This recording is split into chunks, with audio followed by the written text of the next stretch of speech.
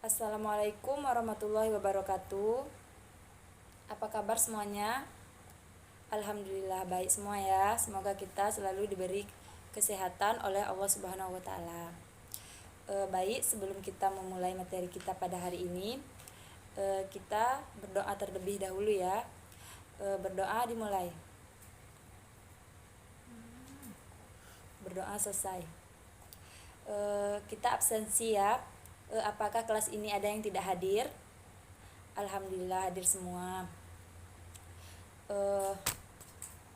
Baiklah, sebelum kita melanjutkan pelajaran kita pada hari ini, Ibu mau tanya dulu, apakah masih ada yang ingat materi kita pada minggu lalu?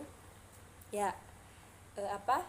Benar, materi kita pada minggu lalu itu kita membahas pencemaran lingkungan dan dampaknya bagi ekosistem. Apakah masih ada yang ingat tidak? Apa sih macam-macam pencemaran lingkungan itu? Ya, macam-macam pencemaran lingkungan itu ada tiga ya. Yang pertama apa? Ya, pencemaran air, pencemaran udara, pencemaran tanah. Langsung saja kita masuki materi kita pada hari ini, yaitu perubahan iklim dan dampaknya bagi ekosistem. Apakah ada yang tahu apa itu La Nina dan El Nino? Ya, La Nina itu adalah meningkatnya curah hujan yang dapat terjadinya banjir di Indonesia. Sedangkan El Nino itu kebalikan dari La Nina, yaitu mengurangi curah hujan yang dapat memicu kekeringan ekstrim di Indonesia. Perubahan iklim itu adalah perubahan secara signifikan yang terjadi pada iklim, suhu udara, atau curah hujan yang terjadi dalam dasawarsa hingga jutaan tahun. Nah, perubahan iklim ini terjadi karena adanya perubahan lingkungan. Faktor-faktor penyebab terjadinya perubahan iklim itu yaitu ada dua. Yang pertama efek rumah kaca dan yang kedua pemanasan global. Apakah ada yang tahu apa itu efek rumah kaca? Ya, efek rumah kaca itu adalah keadaan ketika panas atau radiasi matahari terperangkap di atmosfer. Nah, radiasi matahari yang terperangkap di atmosfer itu mengenai permukaan bumi yang dapat mengakibatkan bumi kita menjadi panas. Radiasi panas bumi itu akan dipancarkan lagi ke atmosfer.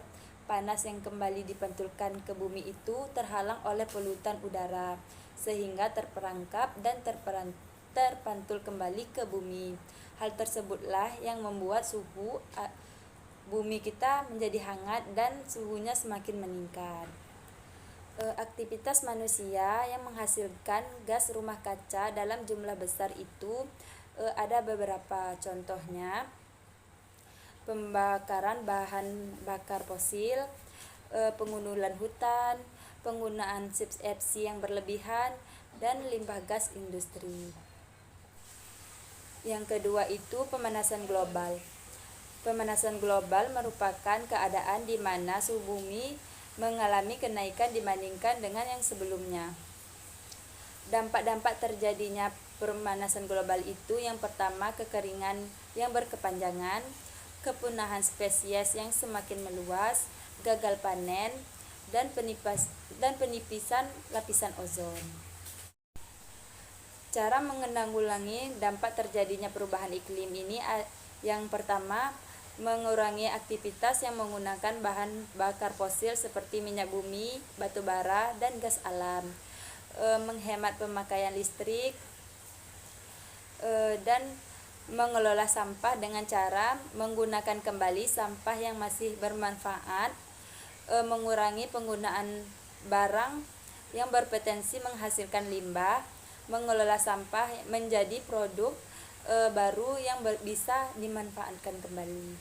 Kesimpulan yang dapat kita ambil dari materi yang sudah kita pelajari hari ini mengenai perubahan iklim adalah perubahan iklim akan menyebabkan manusia bergerak cepat melakukan langkah mitigasi untuk menguranginya. Selain itu juga manusia juga melakukan langkah adaptasi untuk mengurangi dampak perubahan iklim bagi kehidupan. Konsekuensi adanya perubahan iklim adalah tantangan bagi signifikan terhadap lingkungan, ekonomi global, dan kesehatan manusia. Baik, dengan kesimpulan yang sudah Ibu jelaskan tadi, Ibu rasa sudah cukup ya pelajaran kita pada hari ini. Untuk anak-anak Ibu, apakah ada yang ingin ditanyakan mengenai materi yang sudah kita bahas? Baik, jika tidak ada, materi selanjutnya yaitu gerak pada makhluk hidup. Nah, materinya akan Ibu share melalui WA group ya. Dan materi hari ini akan Ibu beri tugas, dan tugasnya dikumpul saat kita belajar minggu depan. Nanti tugasnya Ibu share di WA group ya. Ibu rasa sudah cukup ya pelajaran kita pada hari ini, dan kita tutup dengan hamdalah, alhamdulillahirabbil alamin. Wassalamualaikum warahmatullahi wabarakatuh.